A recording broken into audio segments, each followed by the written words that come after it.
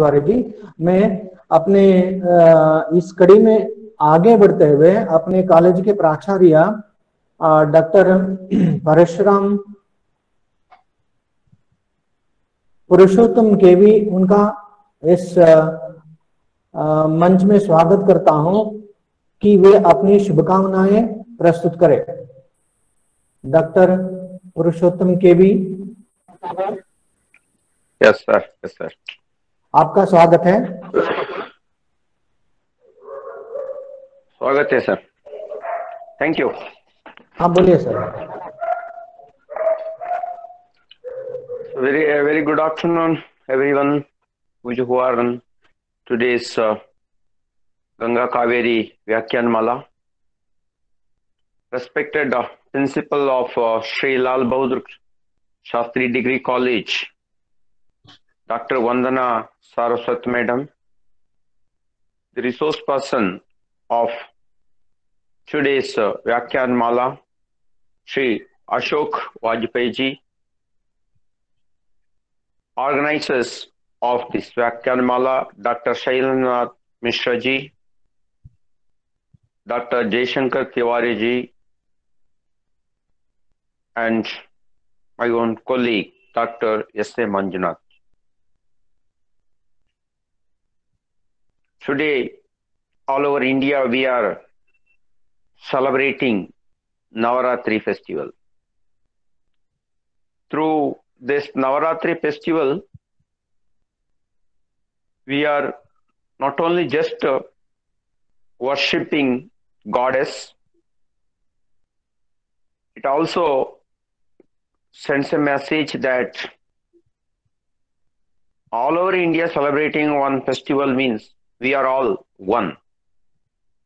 Irrespective of caste or religion, region, language,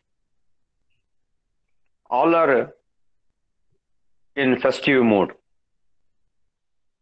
Similarly, the Vyakyanmala also is a very good effort to bring together all the people of fellow Indians, whether they are in India or in abroad. So definitely this Vyakyanmala brings together, makes us to think together, and also to contribute something to the literature world and also to the society. I congratulate the organizers who have taken lots of effort, who have invited very known scholars, resource persons, writers to this program. Today's Vyakyanmala resource person is Sri Ashok Vajpayee ji, Varisht Kavi, founder, Vice Chancellor of Sri Mahatma Gandhi International Hindi University, Wardha, Maharashtra. Definitely his lecture will give us more knowledge, make us to think about the literature.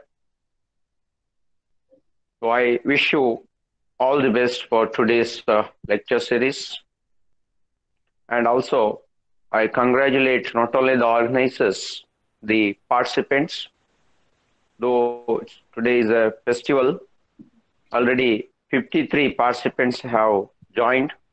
It shows the commitment of the teachers, commitment of the writers, commitment of the scholars.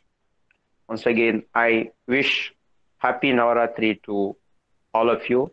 Thank you, organizers, providing me the opportunity to be with you. Thank you very much. बहुत बहुत धन्यवाद sir. Doctor पुरुषोत्तम केवी, प्राचार्य, पॉम्पे college आयकड़ा, Mangalore, इनका स्वागत करते हुए मैं दिल से इनका धन्यवाद समर्पित करता हूं। आपके स्वागत उद्बोधन के लिए बहुत बहुत धन्यवाद सर। तो आगे की कड़ी में मैं शायद मैडम नहीं जुड़ पाई है। तिवारी जी, मैडम नहीं जुड़ पाई हैं जी। हाँ ठीक है। तो आगे हम बढ़ते हैं, आगे की कड़ी में मैं इस कार्यक्रम में, ऑनलाइन कार्यक्रम में हमारे साथ जुड़े हुए सभी साथियों का फिर से मैं स्वागत करता हूं।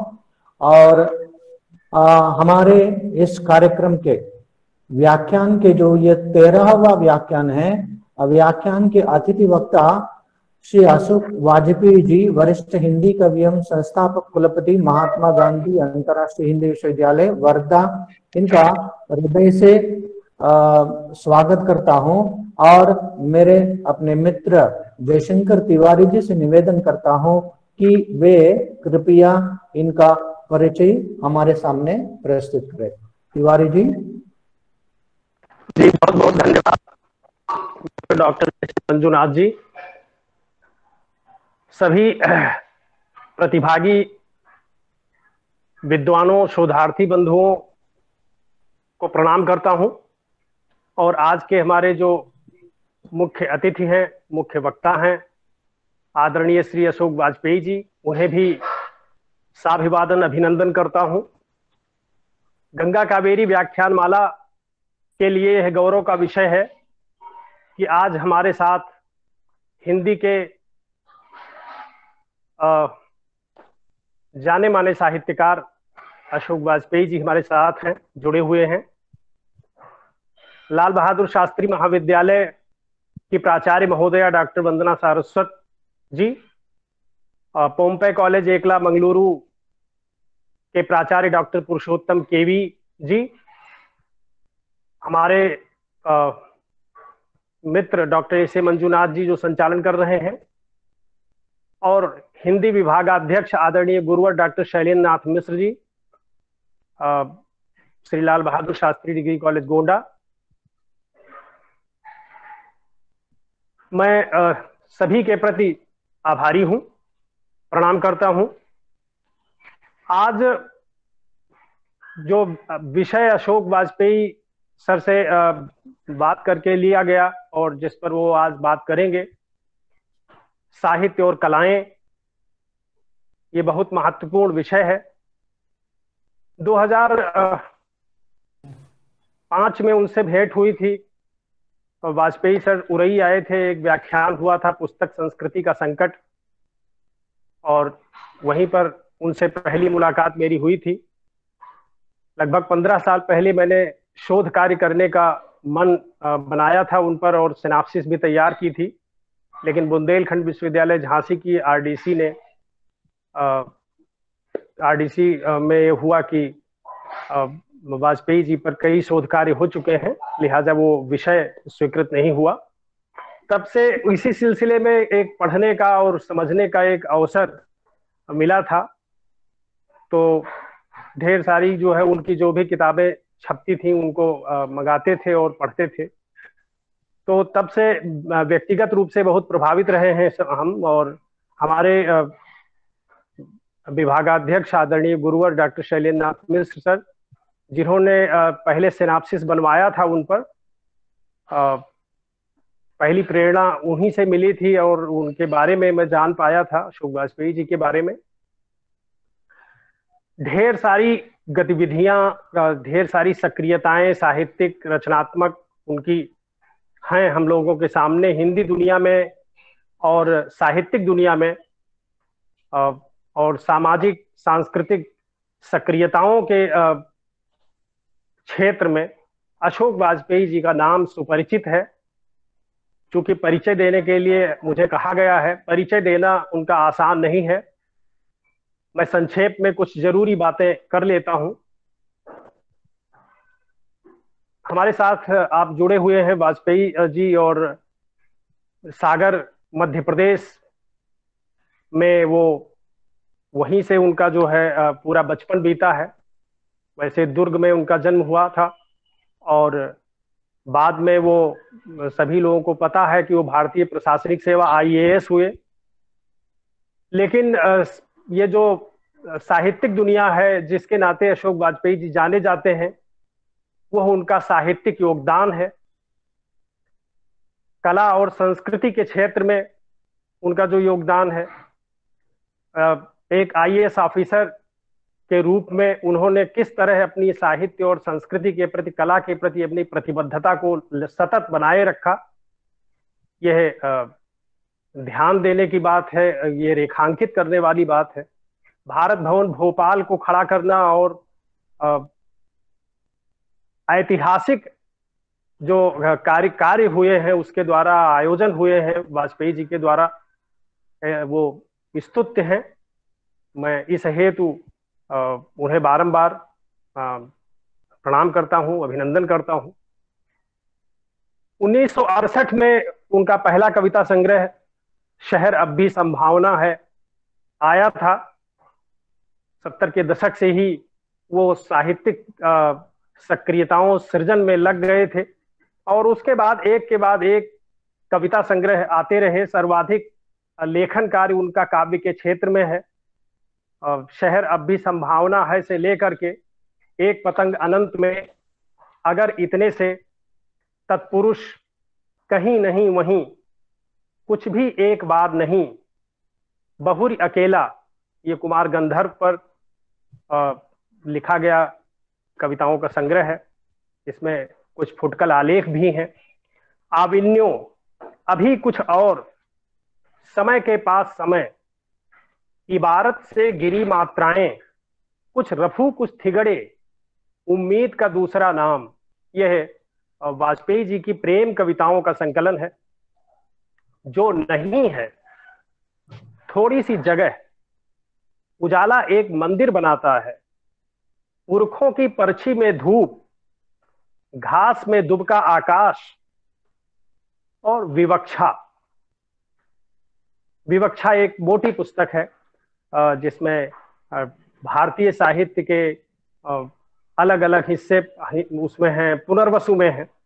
तो इसी तरह से लगातार उनके कविता संग्रह, मेरे पास जो अंतिम कविता संग्रह जो आ पाया था, दुख चिट्ठी रसा है, उसके बाद की इधर की कृतियां मैं नहीं प्राप्त कर सका कुछ अन्य कारणों से। आलोचना ग्रंथ में फिलहाल कुछ पूर्वग्रह, कविता का गल्प, कविता का जनपद, समय से बाहर, सीढ़ियां शुरू हो गई हैं, कवि कह गया है, पाव भर जीरे में ब्रह्मभोज, और जनसत्ता में जो कॉलम वाजपेयी जी लिखते रहे हैं, सबको जो जनसत्ता के पाठक हैं उन्हें मालूम है कि कभी कभार नाम से वो नियमित स्तंभ लिखते थे हर सप्ताह। उसका संकलन राजकमल से छपा भी कभी कभार के नाम से। और सैयद हैदर रजा जो मशहूर चित्रकार हुए हैं, उन पर उनकी पुस्तक आत्मा का ताप जो है आई। ढेर सारा जो कार्य उनका संपादन का है, जिसमें तीसरा साक्ष्य, कविता एशिया पुस्तक अंग्रेजी में, कुमार गंधर्व पर उन्होंने पुस्तक संपादित की, निर्मल वर्मा पर शब्द और सत्य, परंपरा और आधुनिकता, जैनेन्द्र की आवाज, सन्नाटे का छंद, ये अज्ञेय की कविताओं का संकलन है। मुक्तिबोध की कविताओं का संकलन उन्होंने प्रतिनिधि कविताओं में किया। ऐसे ही शमशेर का, पंत जी का, उनकी कविताओं, भारत भूषण अग्रवाल की कविताओं का संकलन उनके द्वारा हुआ है। एक बाल नाटक संकलन उमंग के नाम से आया। जो पत्र व्यवहार हुए हैं मुक्तिबोध के अलग अलग साहित्यकारों के साथ, रमेश मुक्तिबोध के साथ मिलकर मेरे युवजन मेरे परिजन नाम से एक किताब भी राजकमल से आई थी।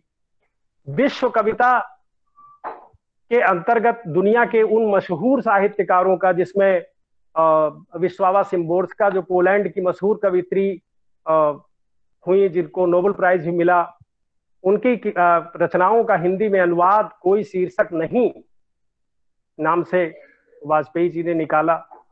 ज़्विग्नेव हेरबेर्ट, अंतःकरण का आयतन, उनकी कविताओं का जो अनुवाद है, जिसको रेनाता चेकाल्स्का के साथ मिलकर के ये 4 पुस्तकें मेरी जानकारी में हैं, जिनमें ज़्विग्नेव हेरबेर्ट और पोलैंड की ही कवित्री विस्वावा शिम्बोर्स्का, तादेवुश रूजेविच और चेस्लाव मिलोश, खुला घर और जीवन के बीचों बीच। ये किताबें बाद में अशोक वाजपेयी जी की अलग अलग कविता संग्रह को एक जगह पर भी प्रवीण प्रकाशन से वो किताब आई थी, तिनका तिनका। इस तरह से ढेर सारा कार्य उनका है जिनको मैं गिना नहीं सकता हूं।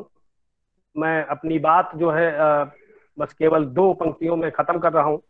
उन्होंने कई पत्रिकाओं का संपादन भी किया है, जिसमें समवेत, पहचान, पूर्वग्रह पत्रिका, ये सब ऐतिहासिक कार्य हैं। समास के कई अंक आए, 4 अंक लगभग। बहुवचन पत्रिका जो महात्मा गांधी अंतर्राष्ट्रीय हिंदी विश्वविद्यालय के संस्थापक कुलपति के रूप में उन्होंने उसी दौरान निकाली थी, अभी भी वो निकल रही है। नटरंग जो नाटक की पत्रिका रही, जिसको बहुत लंबे समय तक नेमिचंद्र जैन जी निकाला करते थे, और बाद में उसका जो है संपादन भी वाजपेयी जी के द्वारा हुआ। तो मैं आज गंगा कावेरी व्याख्यान माला में अपने बीच में उनको पाकर बहुत ही पुलकित हूँ। और अशोक वाजपेयी जी के बारे में इतना कह दूं, जो कहते हैं कई बार उनका ये वक्तव्य आया है कि मनुष्य जो ये साहित्य है, साहित्य मनुष्य का स्थायी प्रजातंत्र है, या वो कहते हैं कि मैं साहित्य का निर्लज्ज पक्षधर हूं।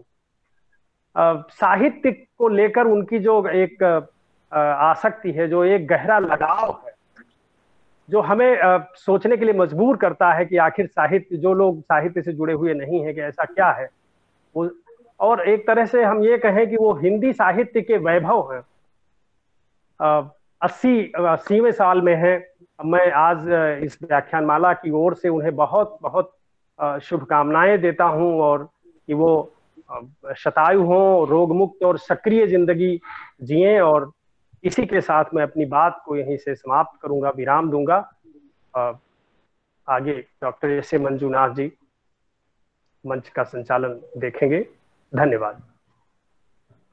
मित्रवर्य, हिंदी, आपने सच ही कहा, हिंदी साहित्य के वैभव हमारे वर्तमान के हिंदी जगत के प्रसिद्ध साहित्यकार श्री वाजपेयी जी हमारे साथ जुड़े हुए हैं। यह हमारे लिए सौभाग्य की बात है, क्योंकि सुदूर कर्नाटक में मंगलूर में बैठकर उनका दर्शन करना, उनका श्रवण करना मेरे लिए सौभाग्य की बात है। तो मित्रों, इस 13वें व्याख्यान में हमारे साथ जुड़े हुए हैं श्री अशोक वाजपेयी जी। तो समय विलंब ना किए हुए मैं उनको आदर से, गौरव से, सम्मान से इस आज के वक्तव्य के लिए मैं उनका स्वागत करता हूं। सर, आपका बहुत बहुत स्वागत है। नमस्कार। आपको मेरी आवाज सुनाई दे रही है ना? हाँ सर, सुनाई दे रहे सर।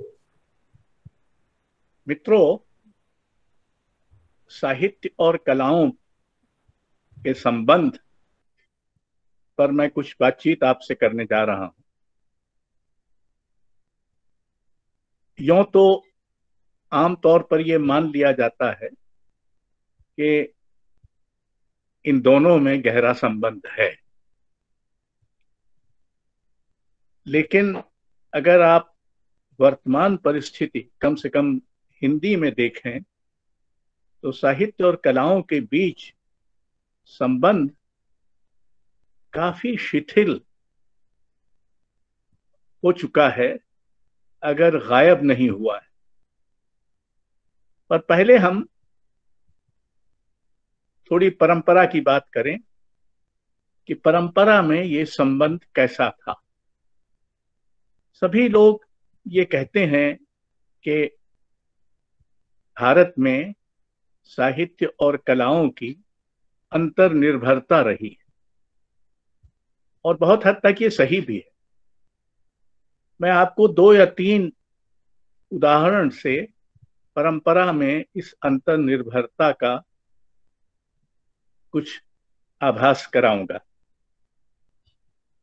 पहला तो यही है कि जो कलाओं का पहला शास्त्र रचा गया, संभवतः संसार में पहला, भरत मुनि का नाट्य शास्त्र, कहने को तो नाट्य शास्त्र है, लेकिन वो कलाओं के बारे में भी, उसमें संगीत पर, नृत्य पर, इन पर भी विचार किया गया है।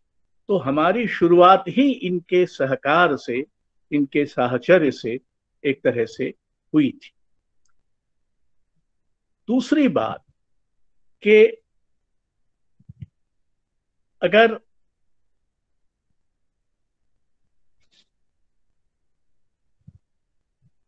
हम विष्णु धर्मोत्तर की उस कथा को याद करें जिसमें एक राजा है जो एक ऋषि से पूछता है कि वो मूर्ति बनाना चाहता है।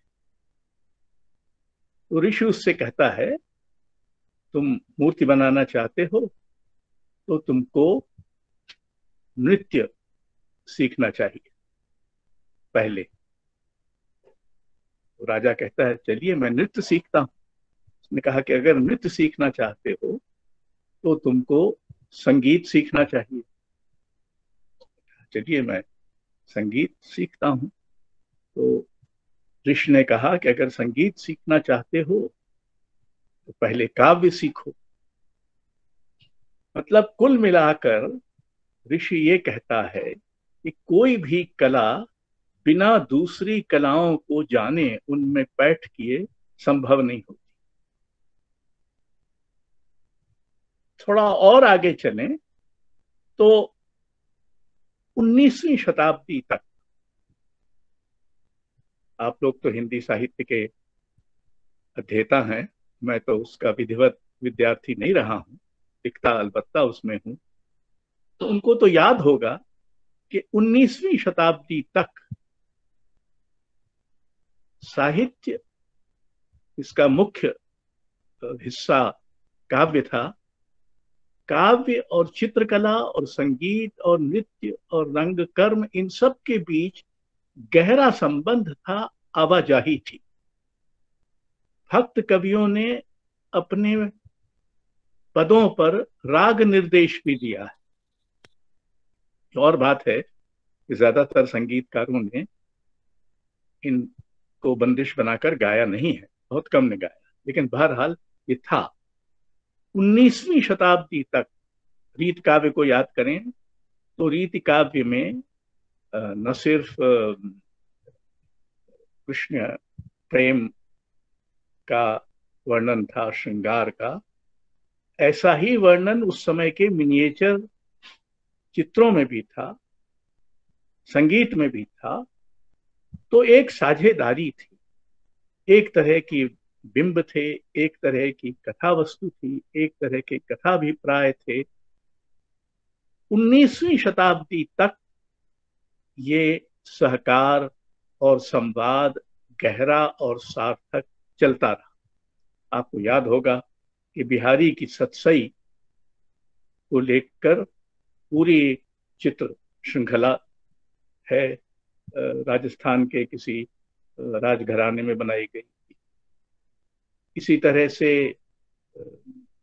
रसिक प्रिया भी चित्रित है। तो ये कविता, संगीत, रागमाला जो चित्र है उसमें रागों के आधार पर चित्र हैं, रागों से प्रेरित चित्र हैं, और उनमें बंदिशें भी ऊपर या नीचे लिखी हुई हैं। तो ये एक गहरा सहकार और साहचर्य था। 19वीं शताब्दी के अंत तक आते आते भारत में एक पश्चिम प्रेरित आधुनिकता ने जन्म लेना शुरू किया, जो औपनिवेशिक जहनियत से पैदा हुई थी, उसके प्रभाव से पैदा हुई थी। और एक विचित्र और अनपेक्षित विभाजन हमारे साहित्य और कलाओं के बीच हुआ। साहित्य, रंगमंच और ललित कलाएं तो आधुनिकता के खाते में चली गई, और संगीत और नृत्य शास्त्रीय हो गए। तो इनके बीच एक दूरी पैदा हो गई। शास्त्रीय जो था, यानी संगीत और नृत्य, उसमें तो परंपरा का उद्बोध और परंपरा का एक सक्रिय स्मृति और अनुगूंज जारी रही। लेकिन दुर्भाग्य से साहित्य में, चित्रकला में और रंगमंच में ये धूमिल पड़ने लगी, ये स्मृति। तो अब इस आधुनिकता के इस हस्तक्षेप ने हमारे साथ जो किया है वो विचित्र इस अर्थ में भी है कि स्वयं पश्चिम में इस आधुनिकता ने इसका ठीक उलट किया। पश्चिम में आधुनिक बहुत सारे आंदोलन कलाओं और साहित्य में मिलकर हुए, प्रभाववाद या के अति यथार्थवाद, ये सब साहित्य में भी थे और रंगमंच पर भी थे और दलित कलाओं में भी थे और संगीत में भी थे। तो वही आधुनिकता पश्चिम में तो कलाओं को नजदीक ला रही थी, उनमें परस्पर सहकारिता पैदा कर रही थी और उकसा रही थी, और उससे प्रेरित जो आधुनिकता भारत में आई वो इसका उलट कर रही थी, वो विभाजन कर रही थी, ऐसा विभाजन जो पहले हमारे यहाँ नहीं था। अब इस विभाजन की वजह से स्थिति इस कदर नाजुक हो गई है कि आज साहित्य और कलाओं के बीच, कम से कम हिंदी अंचल में, ये बात संभवतः दक्षिण में उतनी सही न होगी क्योंकि वहां शायद ऐसी दूरी नहीं बनी है और वहां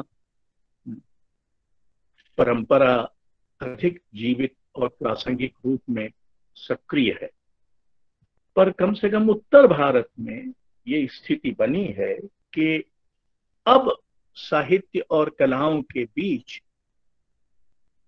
अपरिचय के विंध्याचल है। शास्त्रीय संगीतकार को इसका पता नहीं है कि कविता में क्या हो रहा है, कवि को इसकी खबर नहीं है कि संगीत में क्या होता है, नृत्यकार नहीं जानता कि रंगमंच में क्या हो रहा है, रंगमंच नहीं जानता कि संगीत या नृत्य में क्या हो रहा है या ललित कलाओं में क्या हो रहा है। गाहे बगाहे कभी संयोगवश कोई साहित्यकार किसी कला प्रदर्शनी में चला जाए या नाटक देखने चला जाए या संगीत सभा या नृत्य के कोई प्रदर्शन में चला जाए, पर ये उसके स्वाभाविक रुचि का हिस्सा नहीं रह गया। इस मामले में भी इस समय जो स्थिति है वो ज्यादा खेदजनक है।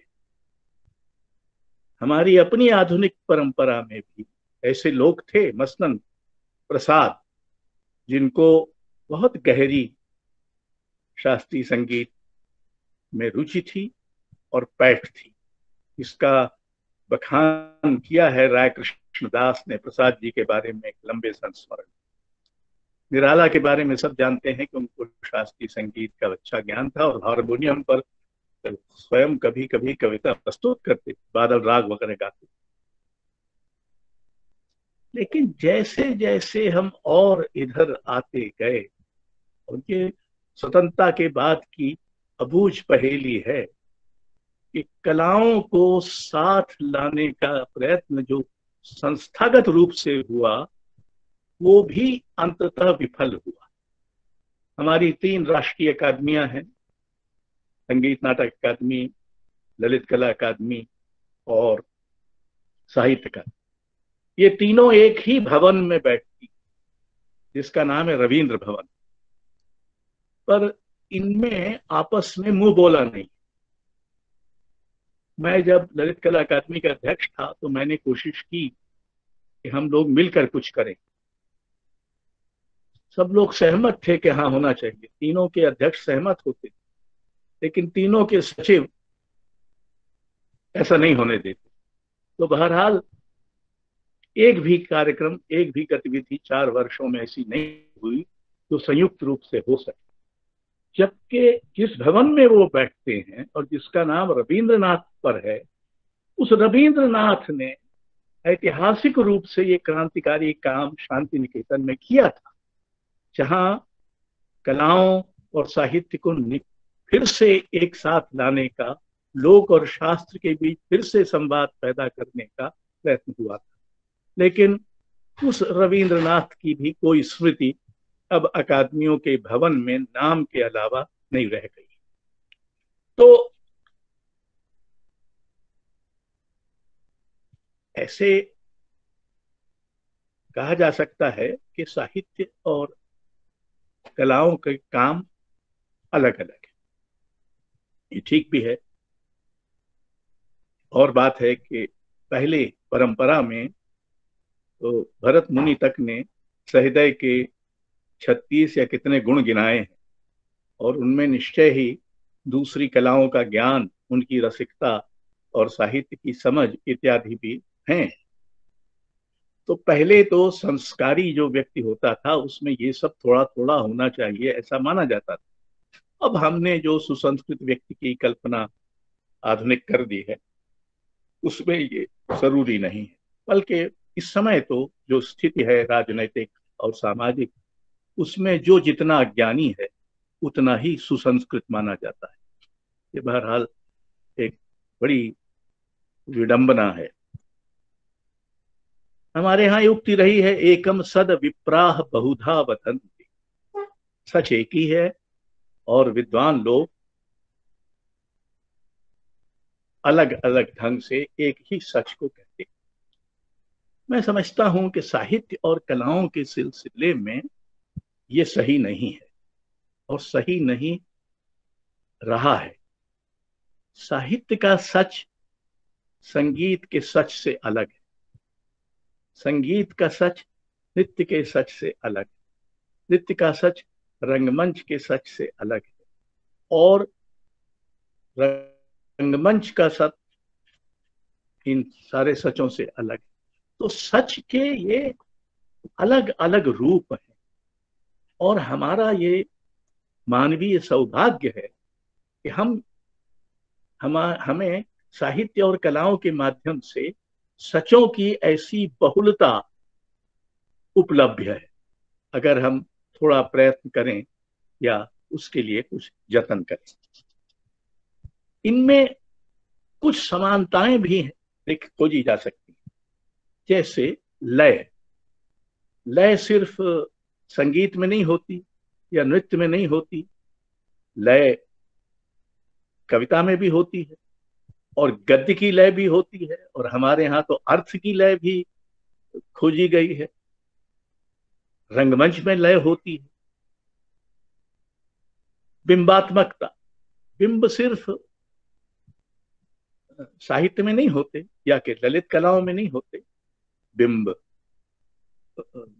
संगीत में भी होते हैं और नृत्य में भी होते हैं, और रंगमंच में भी। उसको तो वैसे ही दृश्य काव्य कहा जाता रहा है।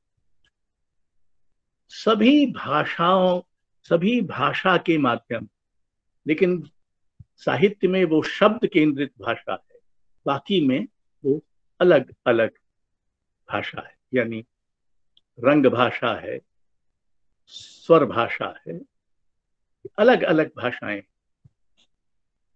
और कई बार हमको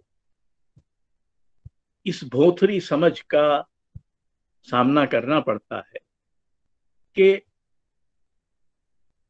इन भाषाओं को हम जब शाब्दिक भाषा में घटाने की चेष्टा करते हैं तो हम उसको समझना कहते हैं।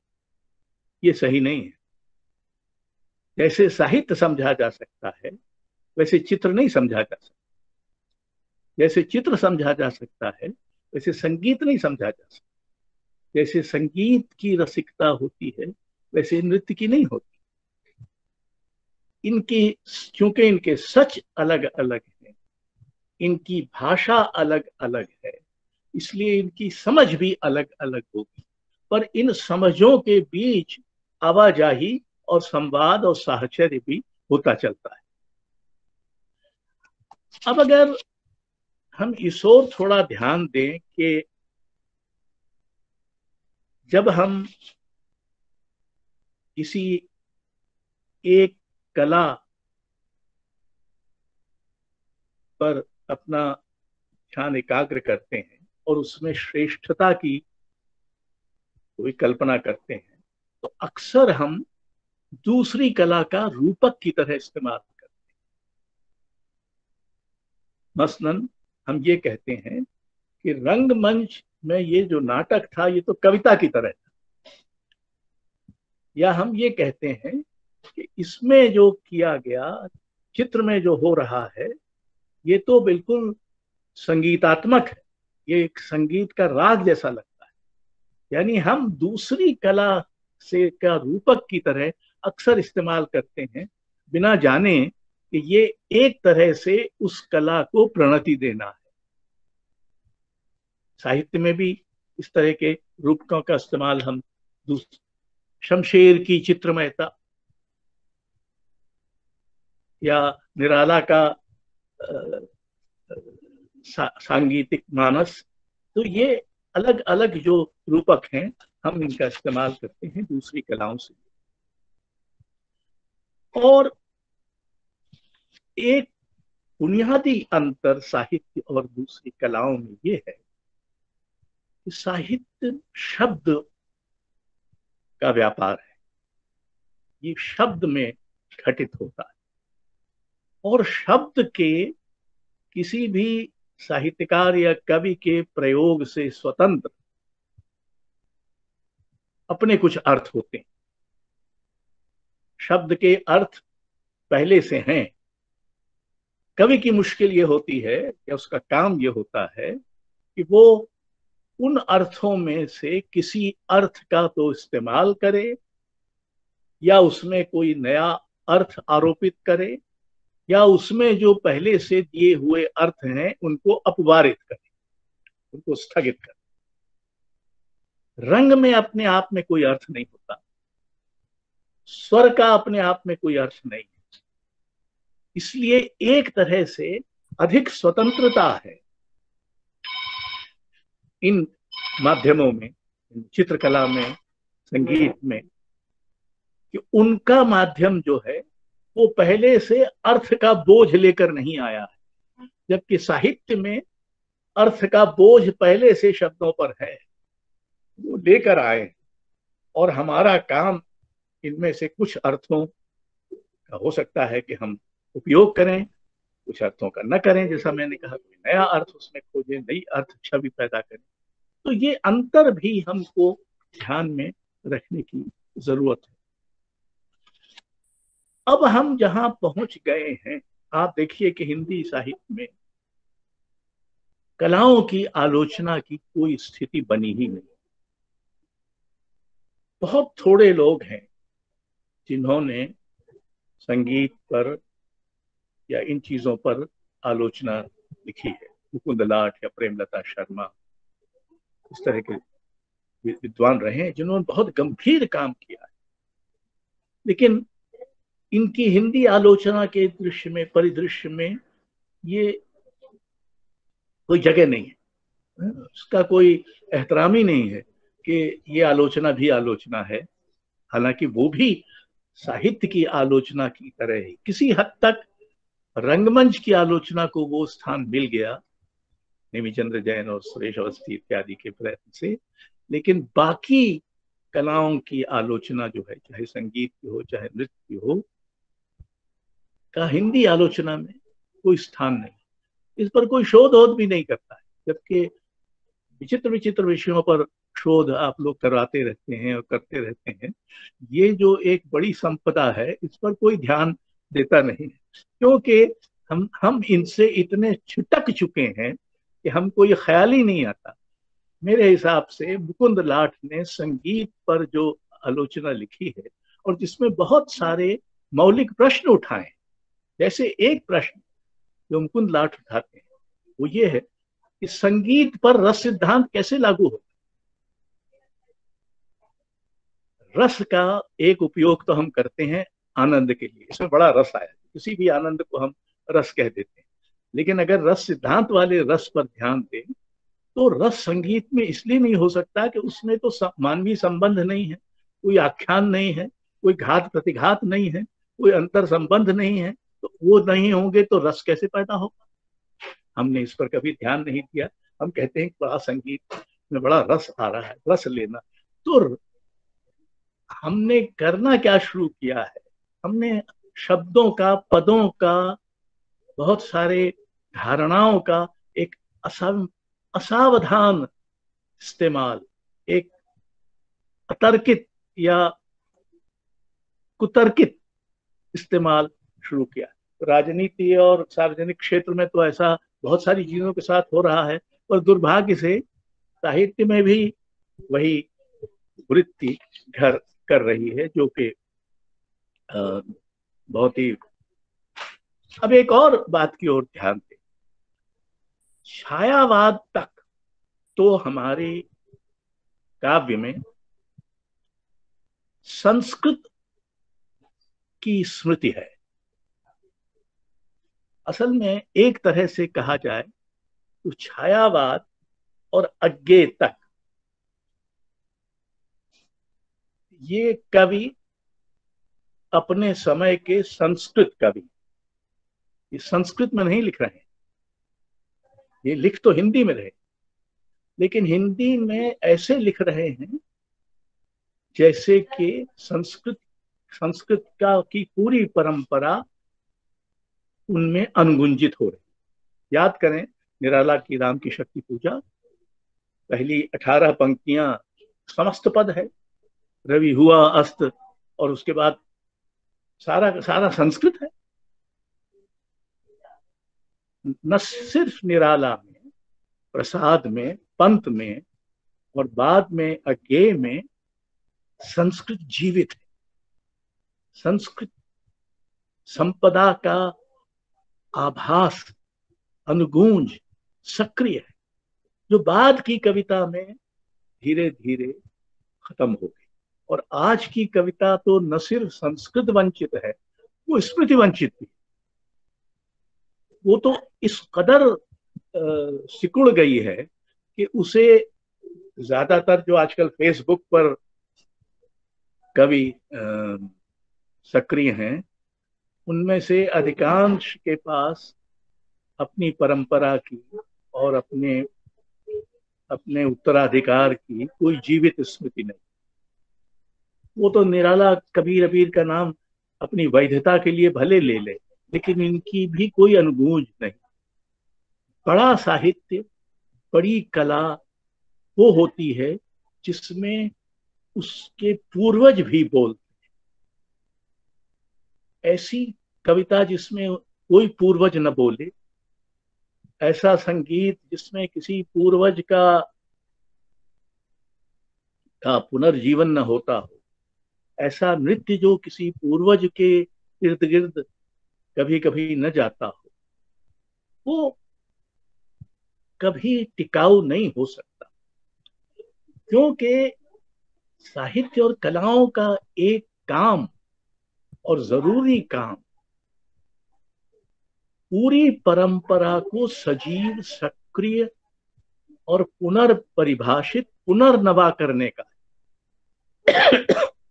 ये काम कोई दूसरा नहीं करे।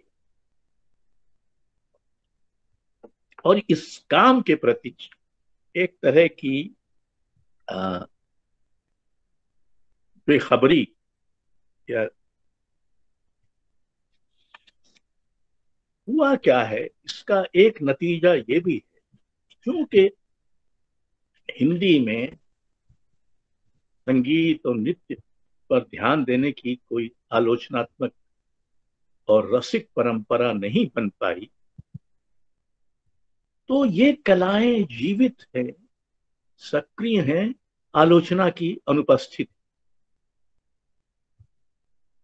आप ये कह सकते हैं कि अगर आलोचना की अनुपस्थिति में वो इतनी सजीव और सक्रिय है, तो ये तो आलोचना की व्यर्थता का ही एक इजहार है कि आलोचना से कोई फर्क नहीं पड़ता।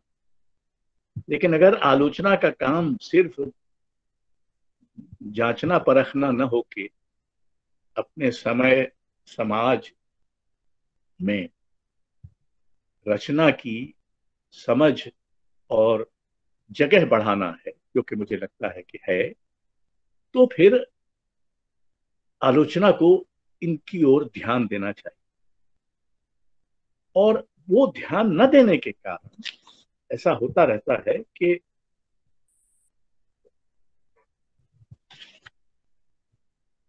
साहित्य में आधुनिकता ने एक नए किस्म का अहंकार भी पैदा किया। वो अहंकार ये है जिसके चलते हमने साहित्य से सौंदर्य को अपदस्थ कर संघर्ष को उसकी जगह स्थापित कर। आजकल हम किसी भी साहित्यिक कृति या साहित्यकार की आलोचना करते हुए अक्सर इस पर ध्यान देते हैं, उसका संघर्ष, उसका अंतः संघर्ष क्या है, क्या किया उसने। बहरहाल ये जो संघर्ष की अवधारणा है, एक तो बहुत भोथरी है, बहुत मोटी है। ये भाषा के साथ संघर्ष भी बहुत महत्वपूर्ण संघर्ष है। कवि एक शब्द के को सटीक बनाने के लिए जो संघर्ष करता है वो किसी संघर्ष से कम नहीं है, उसका भी उतना ही महत्व है। आज की परिस्थिति में जब हमारे आसपास भयानक विद्रूप और असौंदर्य फैल रहा है, बातचीत में,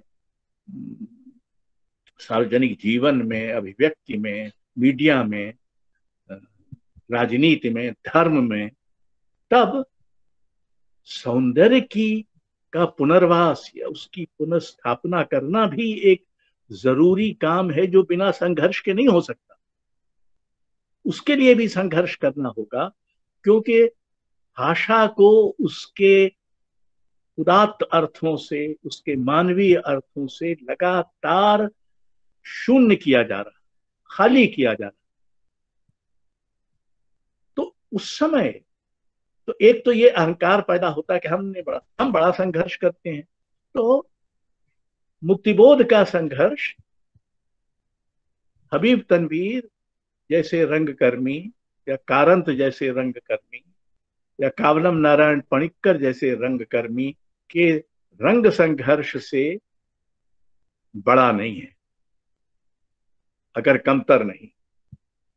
ठीक इसी तरह से निराला का संघर्ष या के शमशेर का संघर्ष कुमार गंधर्व और मल्लिकार्जुन मंसूर के संघर्ष से बड़ा नहीं है। उसी तरह से सैयद हैदर रजा का संघर्ष या जगदीश स्वामीनाथन का कला संघर्ष और दूसरी कलाओं में हो रहे संघर्ष से किसी तरह से कमतर नहीं। ये तो संघर्षों की एक बिरादरी है, जैसे कि सौंदर्य की भी बिरादरी है और जैसे कि सत्य की भी बिरादरी। तो अगर आप चाहें तो ये कह सकते हैं कि ये बड़े दुर्भाग्य की बात है कि हमारे समय में सत्य, सौंदर्य और संघर्ष, इस त्रयी की जो बिरादरी बन सकती थी वो बिरादरी बनने से रह गई है, जबकि वो बिरादरी हमारी परंपरा में और हमारे उत्तराधिकार में और हमारी अपनी सांस्कृतिक स्थिति में हमेशा से रही है, सक्रिय भी थी।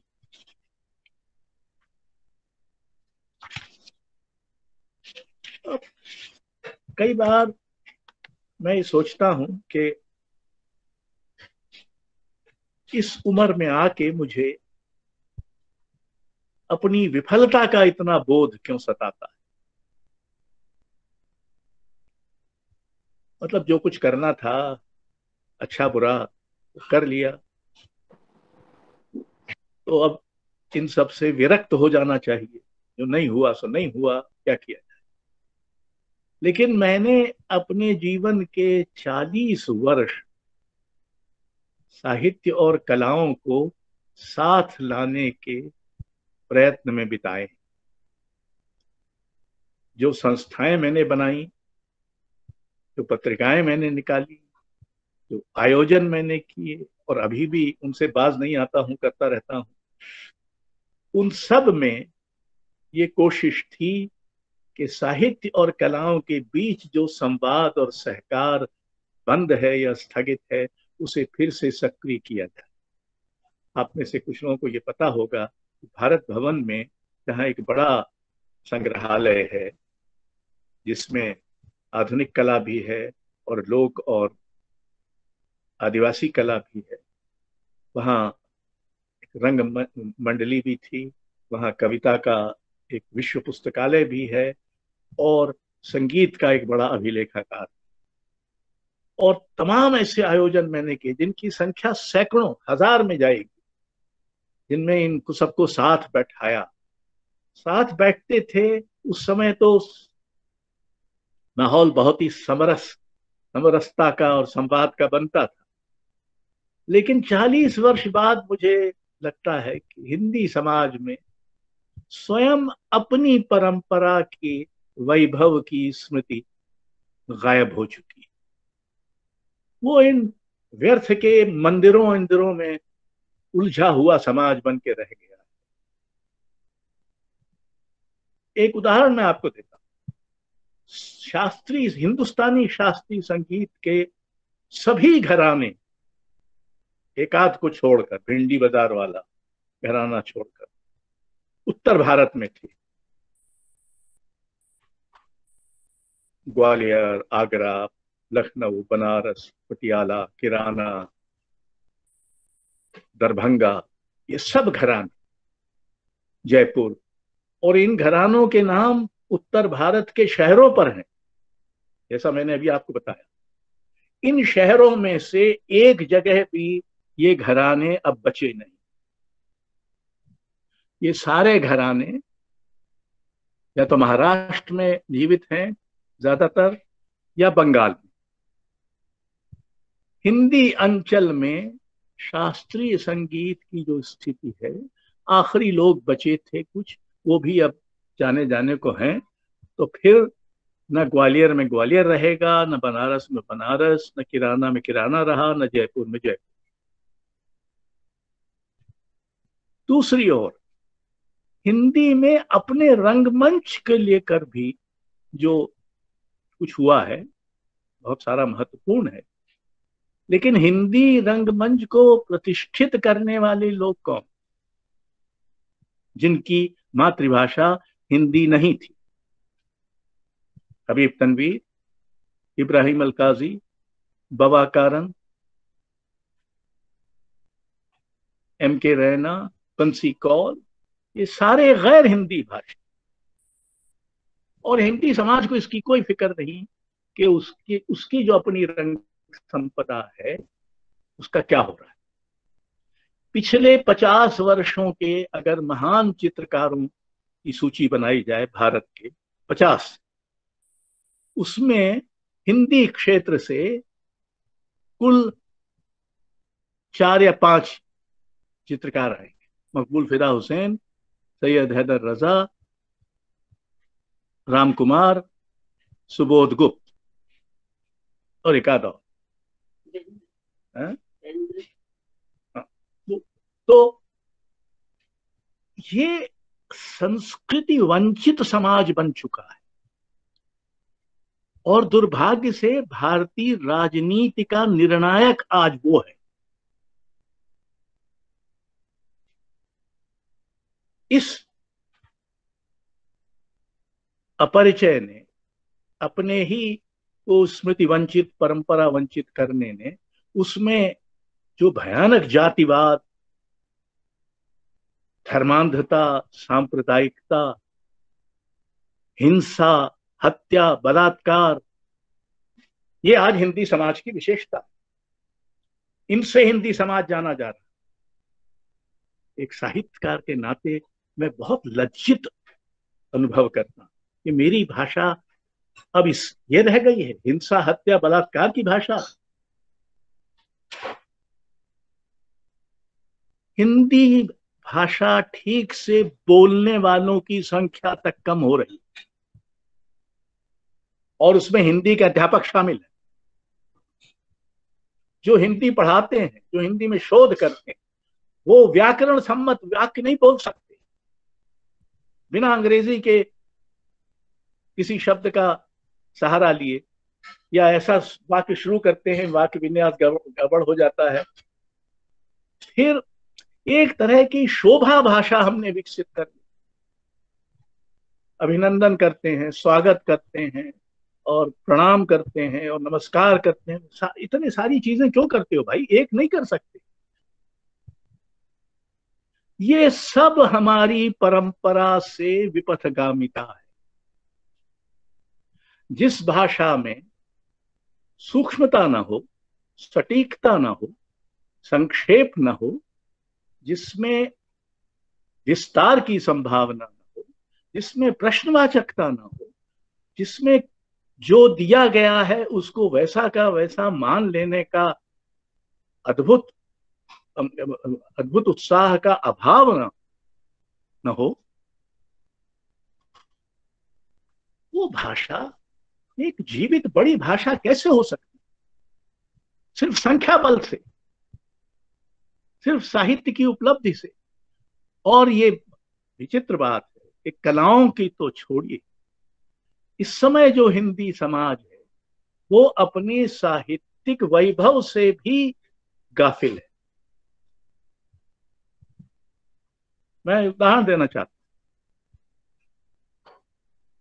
बांग्ला के उपन्यासकार कथाकार थे सुनील गंगोपाध्याय। बड़े लोकप्रिय थे। उनकी जब मृत्यु हुई तो उनकी शव यात्रा में कलकत्ते में 3.5 लाख लोग शामिल। मैं याद दिलाना चाहता हूं कि जब प्रेमचंद की मृत्यु हुई तो बनारस में उनकी शव यात्रा में 13 लोग शामिल थे। ये संख्या उनके बेटे अमृत राय ने दी है कलम के सिपाही में। असम में मैं एक बार बुलाया, असम साहित्य सभा ने अपने वार्षिक अधिवेशन का उद्घाटन कर, तो 15 साल पहले की बात। एक छोटी सी तहसील का मुकाम था हजो। वहां 3.5 लाख लोग जमा थे अपनी भाषा के प्रेम की वजह से। और मुझे बताया गया कि असम में किसी बच्चे का संस्कार पूरा हुआ नहीं माना जाता अगर उसने कम से कम असम साहित्य सभा के एक वार्षिक अधिवेशन को न देखा। हमारे कुछ मलयाली मित्र हैं, मैं गया हूं, कटमनिट्टा रामकृष्णन, मुझे उनके नाम से स्थापित एक पुरस्कार भी मिला है। पर जब वो जीवित थे तो उनके गांव सभा ने आधा एकड़ जमीन एक मूर्तिकार को दी कि वो कटमनिट्टा रामकृष्णन की कविताओं से प्रेरित एक मूर्ति उद्यान बनाए। उसका शिलान्यास था। शिलान्यास करने आए EMS नमूद्रीपाल, जिनकी उम्र उस समय 80-82 की। उन्होंने वहां के एक मंत्री ने और मेरे मित्र और उस समय राज्यसभा के सदस्य MA बेबी ने जो भाषण दिए, उसमें मुखाग्र रामकृष्ण कट्टमनिट्टा की कविताएं उद्धृत की।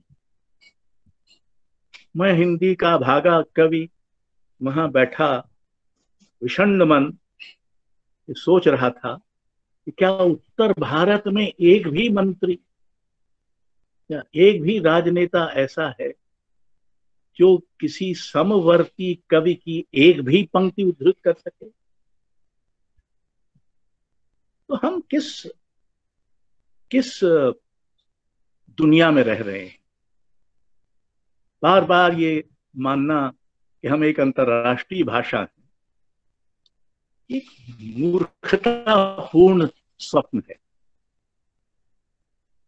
हम अपने ही राज्य में भाषा नहीं बन पाए हैं, अपने ही राज्यों में, तो अंतर्राष्ट्रीय कहां से बन जाएंगे?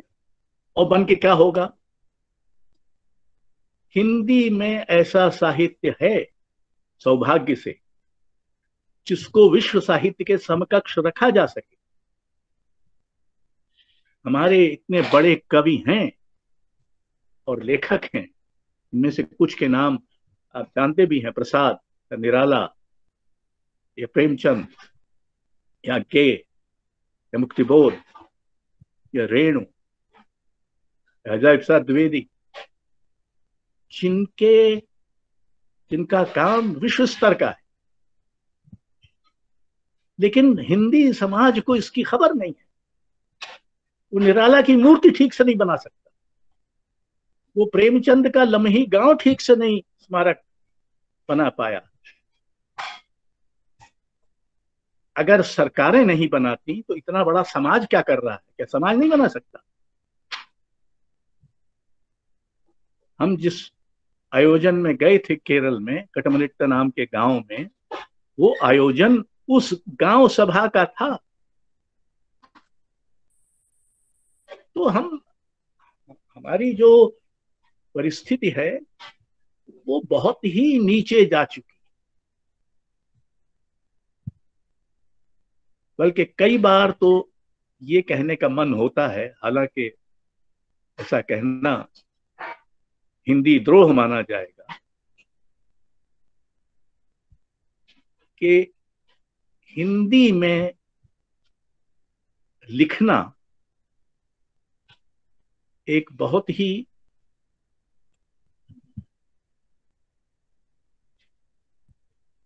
निराश और हताश माध्यम चुनना है। ये वो समाज है जो न तो पुस्तकों से प्यार करता है, न अपने लेखकों का आदर करता है। ऐसे समाज हैं और भारत में हैं, तमिलनाडु में, केरल में, कर्नाटक में, असम में, बंगाल में, जो अपने लेखकों को जानते हैं, उनका सम्मान करते हैं। यू आर अनंत मूर्ति की जब मृत्यु हुई तो उनका शव टाउन हॉल में बेंगलोर में रखा रहा कई घंटों, इसलिए कि गांव गांव से लोग उनको श्रद्धांजलि देने बेंगलुरु पहुंच रहे। मैं यहाँ अगे और मुक्तिबोध 2 की शव यात्रा में शामिल हुआ। अगे की शव यात्रा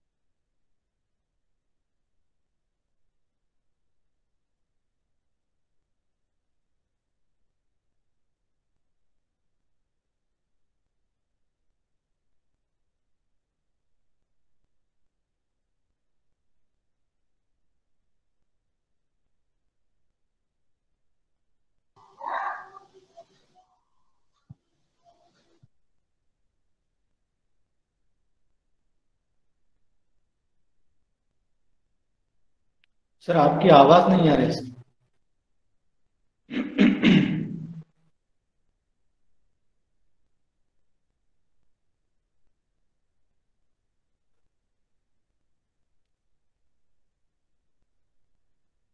सर आपकी आवाज नहीं आ रही सर।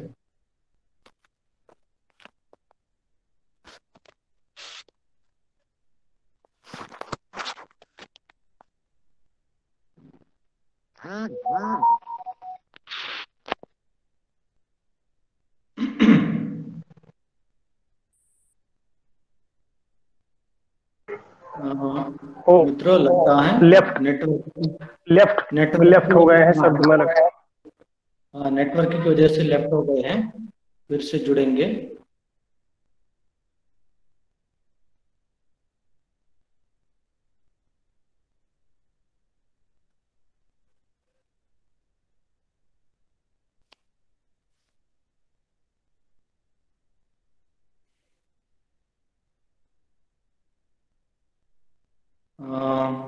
अभी कोशिश कर रहे हैं।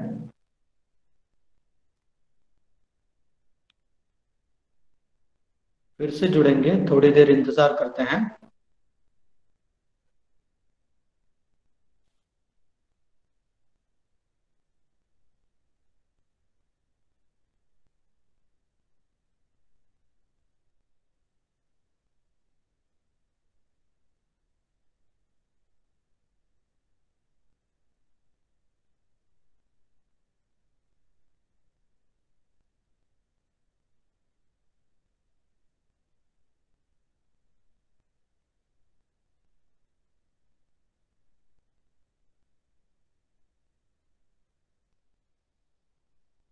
तिवारी जी।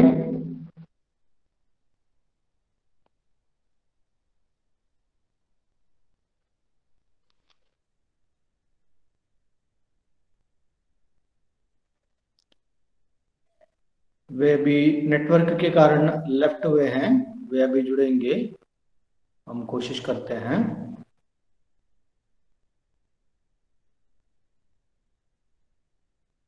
हाँ मंजूनाथ जी, डॉक्टर बात हुई है, हाँ हाँ, सर से बात हुई ही, जुड़ रहे हैं सर। अच्छा अच्छा, वो नेटवर्क की वजह से शायद लेफ्ट हो गए हैं, वो भी जुड़ेंगे।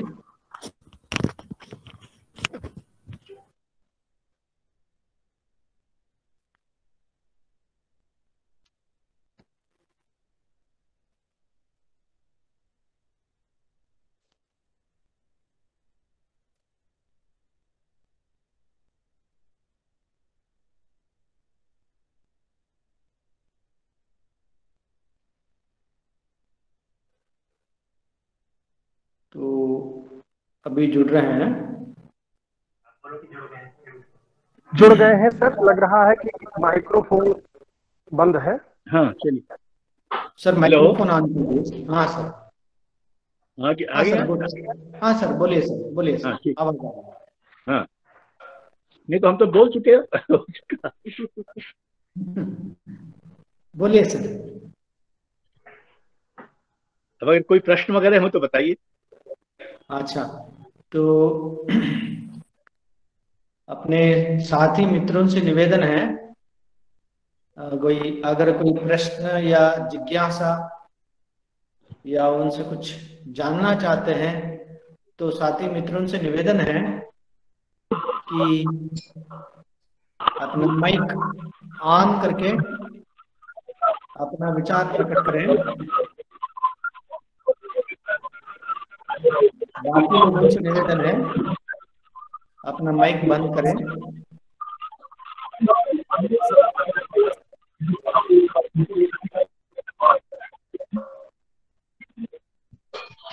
आदरणीय सर, हाँ बोलिए पांडव जी, बोलिए। महाराज गोविंद सर, हाँ सत्य पर मेरा काम मुलाकात भी हुई है। आज का क्या है? हाँ हाँ बोलिए। आवाज साफ नहीं है, संगीत आवाज साफ नहीं है। अच्छा किया है। महाराष्ट्र के संगीत के संदर्भ में मैं सबसे कुछ बातें सुनना चाहता हूँ। शास्त्रीय संगीत का परिचय आदरणीय सर को महाराष्ट्र शास्त्रीय संगीत का परिचय बहुत नजदीकी से हुआ है और इसके संदर्भ में मैं कुछ सुनना चाहता हूँ।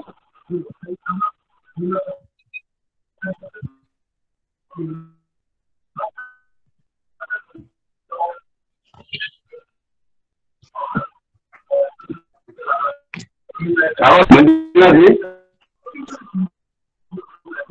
हाँ बोलिए। हेलो, हाँ बोलिए।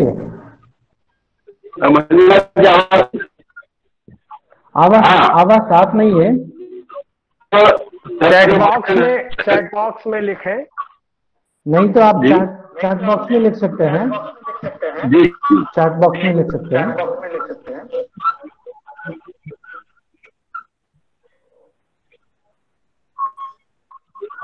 जी जी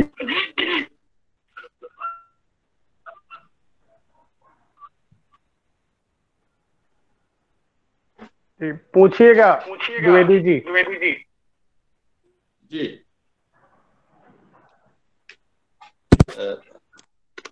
आज हाँ इस व्याख्यान को सुनकर आवाज आ रही है? हाँ आ रही है। आवाज आ रही है। ये कहना अनावश्यक ही है क्योंकि सब उसको महसूस कर चुके हैं कि व्याख्यान बहुत कारगर था और हिंदी और विविध कलाओं में गति रखने वाले लोग हिंदी में बहुत कम रह गए।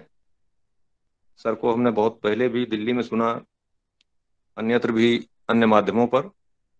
प्रश्न आज जैसी सर के व्याख्यान में पीड़ा उभरी ये हताश और निराश संस्कृति का समाज बन चुका है। तो इस पीड़ा से हम सब दो चार हैं।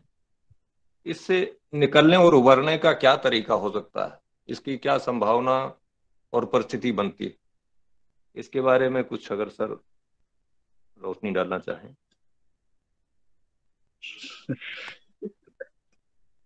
देखिए, अब मैं आपको कोई रास्ता सुझाऊं ये तो मेरे बस में नहीं है। मैंने जितने रास्ते चुने वो सब जाके बंद हो गए, या तो इसलिए अब मैं सिर्फ ये कह सकता हूं कि अगर आपने अपनी भाषा और साहित्य और संस्कृति के प्रति एक जिम्मेदारी का भाव है तो आप खुद रास्ता खोजेंगे, और हो सकता है कि आपको कुछ हमराही भी मिल जाए। तो अगर बुद्धि की, जिज्ञासा की, कल्पनाशीलता की, उत्तराधिकार की और परंपरा के सच्ची प्रासंगिकता की भावना जागे तो कुछ हो सकता है जरूर। मैं निराश हूं पर उम्मीद नहीं छोड़ता, पर अपने से उम्मीद नहीं करता।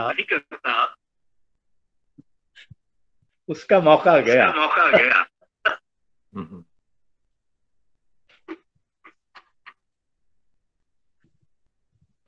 और कोई साथी मित्र अपना विचार व्यक्त करना चाहते हैं?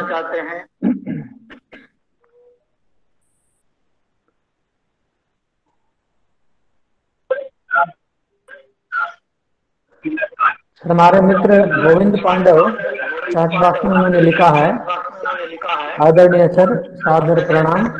महाराष्ट्र के शास्त्रीय संगीत आपकी अनुभूति के संदर्भ में कृपया बात करें, ऐसा उन्होंने लिखा है सर। चलिए, सद्भाव के लिए शुक्रिया।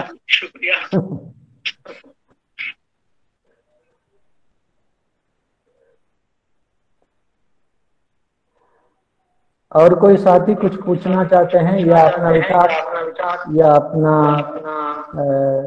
अपनी जिज्ञासा जो है व्यक्त करना चाहते हैं तो स्वागत है।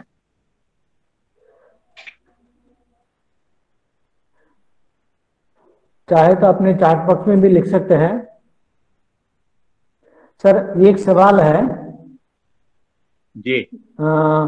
बहुभाषा के बोझ से कैसे मुक्त हुआ जाए?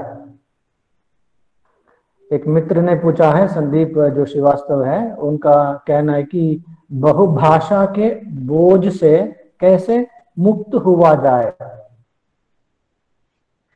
मैं समझता नहीं, मैं जान नहीं पा रहा हूँ कि बहुभाषा बोझ क्या हुआ। बहुभाषा के बोझ से बोझ से कैसे मुक्त हुआ जाए, ऐसा उनका जो कहना है सर। एक तो एक से अधिक भाषाएं जानना बहुत अच्छा है। हर भाषा दूसरी भाषा को समृद्ध करती। इसलिए अगर आप मसलन हिंदी भाषी हैं और आपको संस्कृत भी आती है, अंग्रेजी भी आती है, उर्दू भी आती है, तो इससे आपकी हिंदी सुधरेगी और बेहतर और ज्यादा सटीक होगी। इसलिए बहुभाषा को बोझ नहीं समझना चाहिए।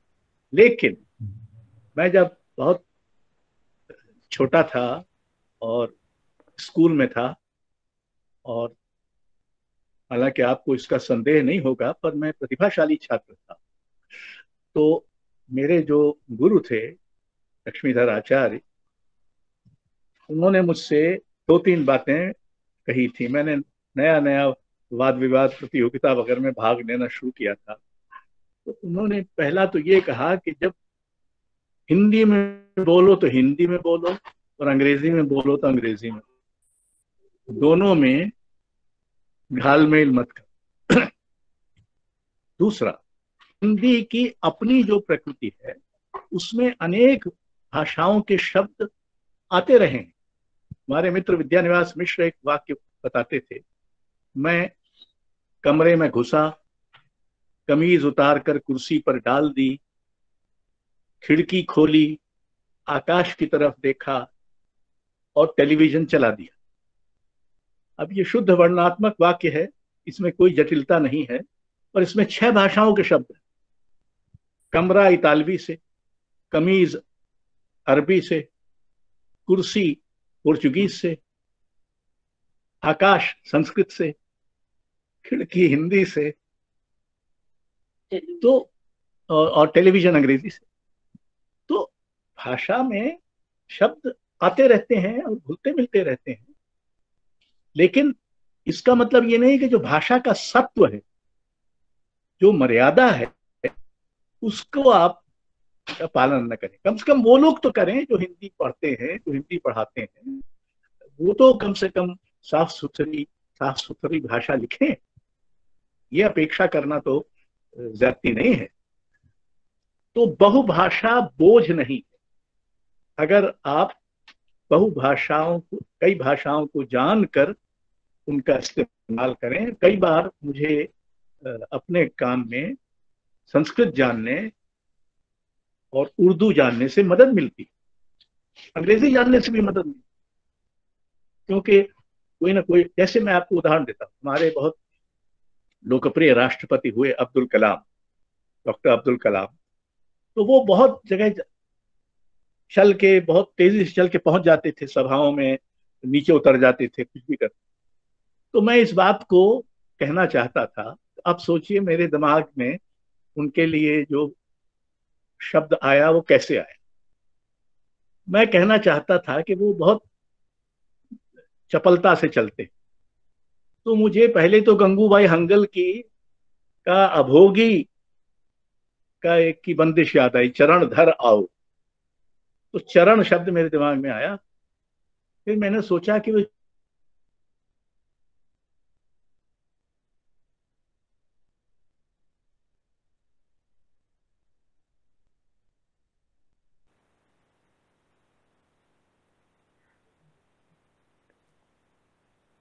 शायद सर फिर से लेफ्ट हो गए लगता है। नहीं, जुड़े हुए हैं। जुड़े हैं, कुछ कनेक्टिविटी की प्रॉब्लम है। हाँ हाँ जुड़े हुए हैं।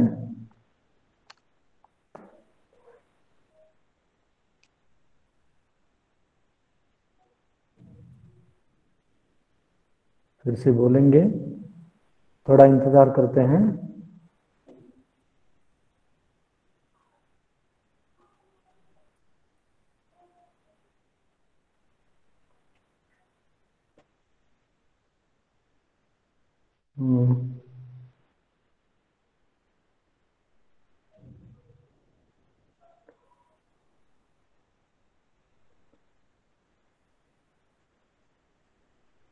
नहीं, लेफ्ट हो गए तिवारी जी।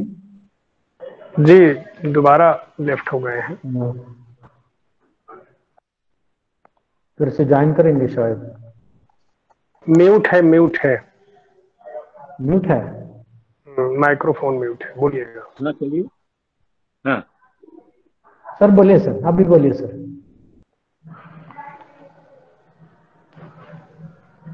लेफ्ट हो गए थे आप, बोलिए सर जी। आपकी आवाज नहीं आ रही थी सर। अभी आ रही है, अभी बोलिए। अभी आ रही है सर, अभी बोलिए। हाँ,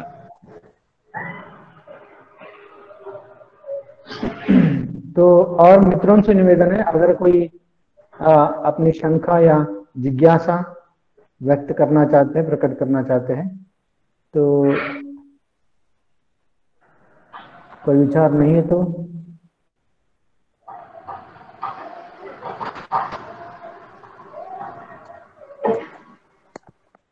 लगता है हमारे साथियों का कोई विचार नहीं है या कोई प्रश्न नहीं है। तो यह हमारे समय का अत्यंत महत्वपूर्ण वक्तव्य है आज का। इस गंगा कावेरी व्याख्यान माला में यह 13वां सर का व्याख्यान है, जिसकी साहित्य और कलाओं पर जो अत्यंत महत्वपूर्ण व्याख्यान हमें सुनने को मिला और सर को देखने को मिला, जिसके पहले बताया गया है, तो यह हमारे सौभाग्य की बात है। तो मैं श्री लाल बहादुर शास्त्री महाविद्यालय गोंडा उत्तर प्रदेश के हिंदी विभाग के अध्यक्ष डॉक्टर शैलेंद्र मिश्र जी से निवेदन करता हूं कि वे सर को धन्यवाद प्रस्तुत करें, और मैं शैलेंद्र नाथ मिश्र का स्वागत करता हूं। बहुत बहुत धन्यवाद मुकुंदनाथ जी। आवाज आ रही है?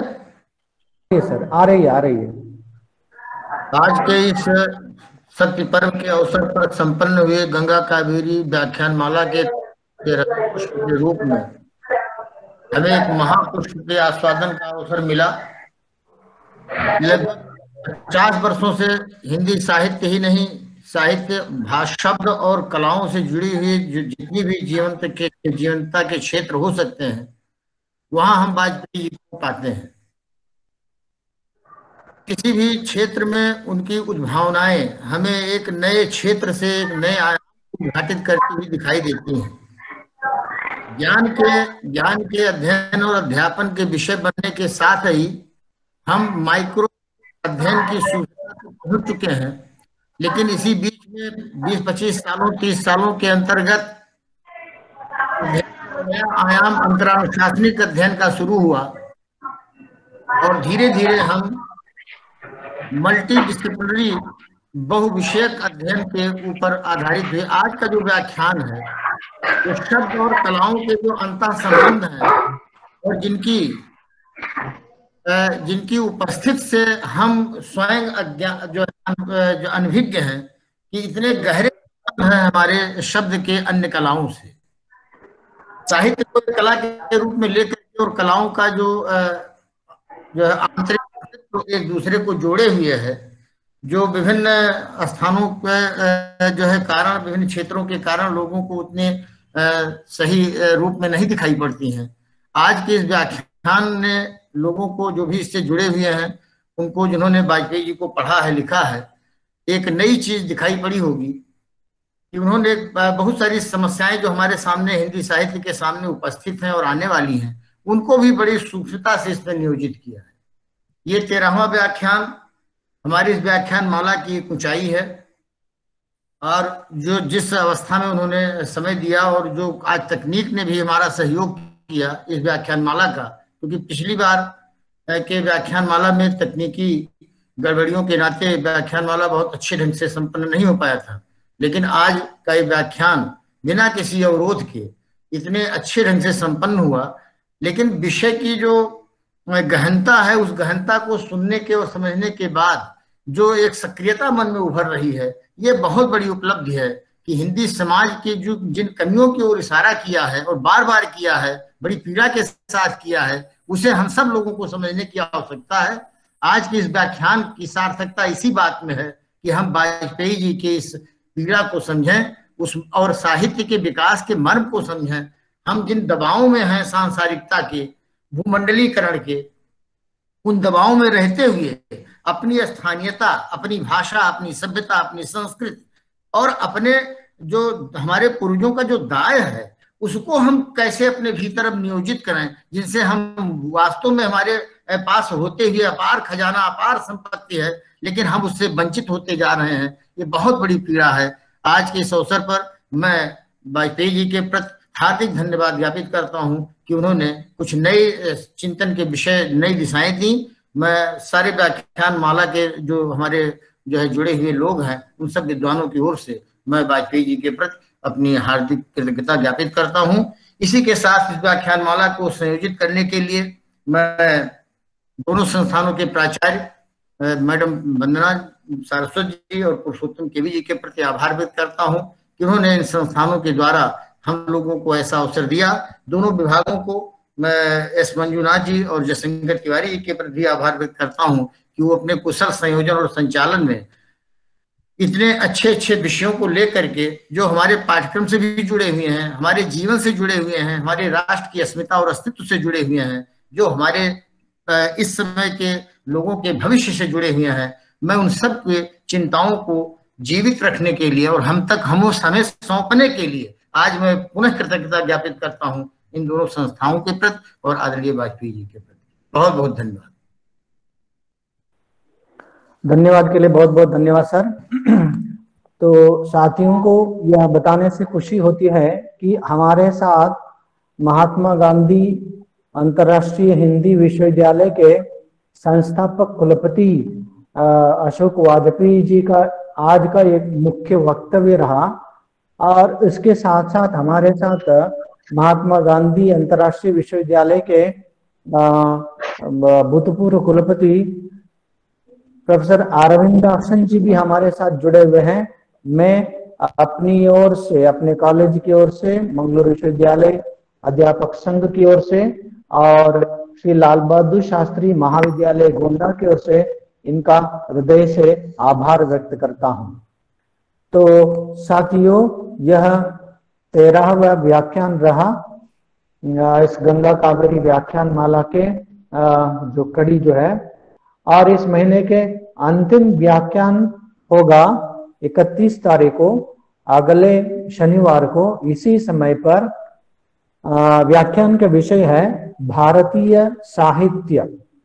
अभी हमने अशोक वाजपेयी सर से सुना कि साहित्य और कलाएं, और अगले 31 तारीख को भारतीय साहित्य पर व्याख्यान, एक अत्यंत महत्वपूर्ण व्याख्यान होगा। उस व्याख्यान में हमारे साथ जुड़ेंगे प्रोफेसर ए अरविंदाक्शन, भूतपूर्व प्रतिकुलपति महात्मा गांधी अंतर्राष्ट्रीय विश्वविद्यालय वार्धा महाराष्ट्र के। तो आप सभी को इस व्याख्यान में स्वागत करता हूं, और इसके साथ साथ आप सभी को मैं अपनी ओर से, अपने कॉलेज की ओर से और लाल बहादुर शास्त्री महाविद्यालय गोंडा की ओर से हृदयपूर्वक आभार प्रकट करता हूं कि आप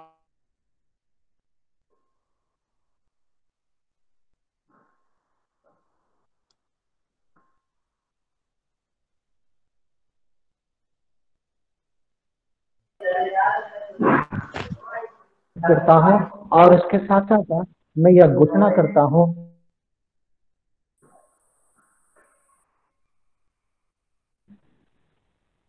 संपन्न होने वाला है। तो हमारे मित्र जयशंकर जी कुछ बोलना चाहते हैं? तिवारी जी। जी, बहुत बहुत धन्यवाद आपको। यहीं से कार्यक्रम की संपन्नता की घोषणा कर दीजिए। ओके, ठीक है। तो मित्रों, तो आज का यह कार्यक्रम संपन्न होता है। आप सभी को बहुत बहुत